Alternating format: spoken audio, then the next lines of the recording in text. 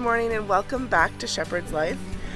This morning I'm out in the garden. So every year we plant a garden, I should say, in order to make salsa, homemade salsa. We have other vegetables too, like lettuce and some peas and that kind of thing, and string beans. But our main focus is the vegetables for our salsa, which is tomatoes, which actually is a fruit, but anyways, and green peppers and onions and that kind of thing. So this morning we're going to harvest it so that this weekend we can actually make some salsa. So come on and join us.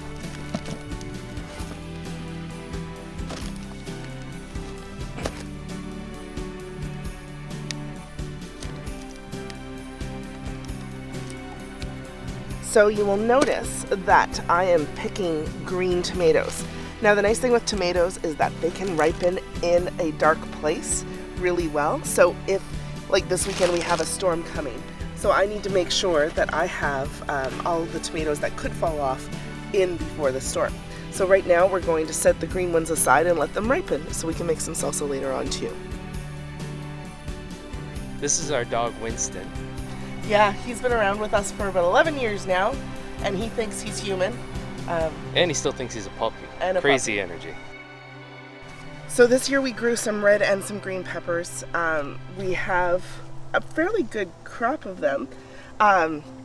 Again, we just want to make sure that they last throughout this weekend when we have a bit of a hurricane. So we're picking them out, even though they may not be fully ripened as of yet, but they will ripen.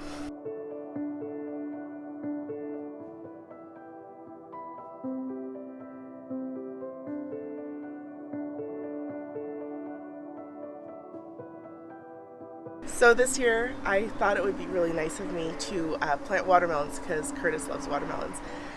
So I planted 4 watermelons about this big, and they took over the entire garden and my front yard.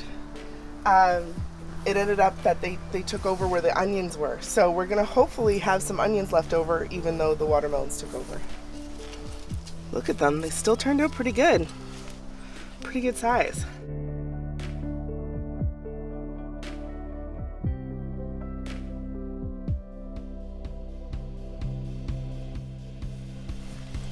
Look at it down there. Can you see it? How big it is? Look how big that is. So this is a really interesting onion I just took out. It's kind of hard to see because it is pretty muddy. But it's as if there was an animal underground eating at different layers of it. So it looks like about 5 or 6 layers have been completely eaten through, but not on this side, only on the one side. So very interesting how animals can, or insects can work.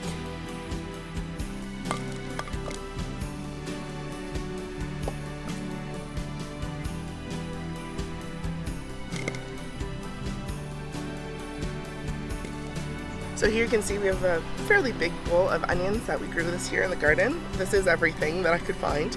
And now the next step is to go and clean this up and then start some prep work to make some salsa. So come on and join us.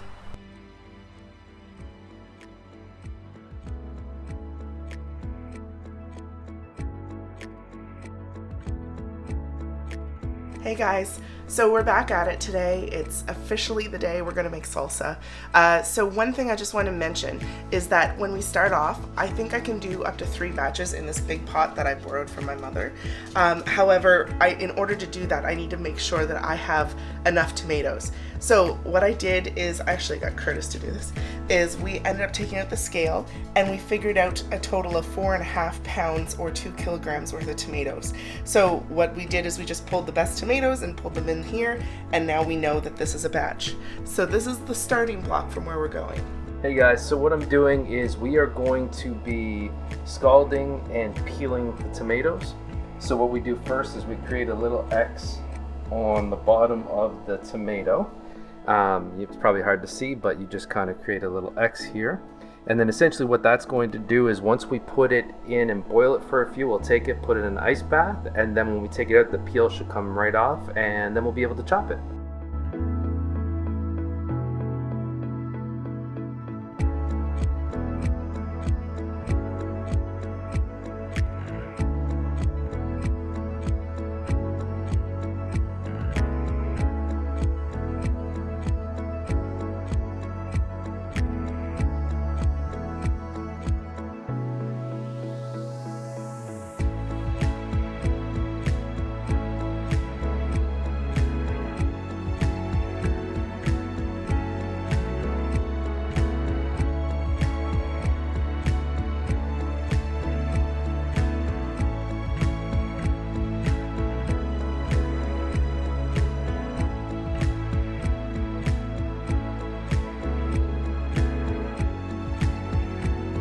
So this recipe calls for Spanish onions, so I have red onions that I grew in my garden, which is what I'm going to use.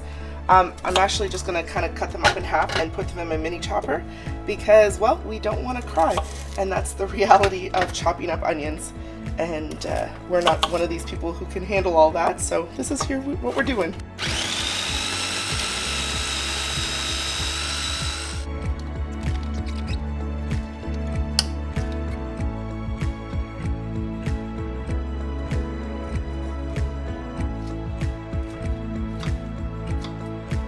So now we're just adding the final ingredients, which is some sugar. And once that gets going, we're gonna basically stir this all together and get it to a boil. So now we've stirred in all the ingredients. Come on over, take a look.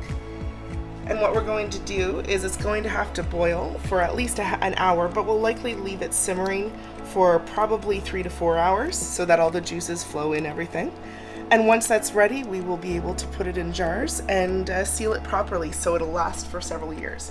Anyways, we're going to have another video to show you how we do the bottling, but for now, this is everything.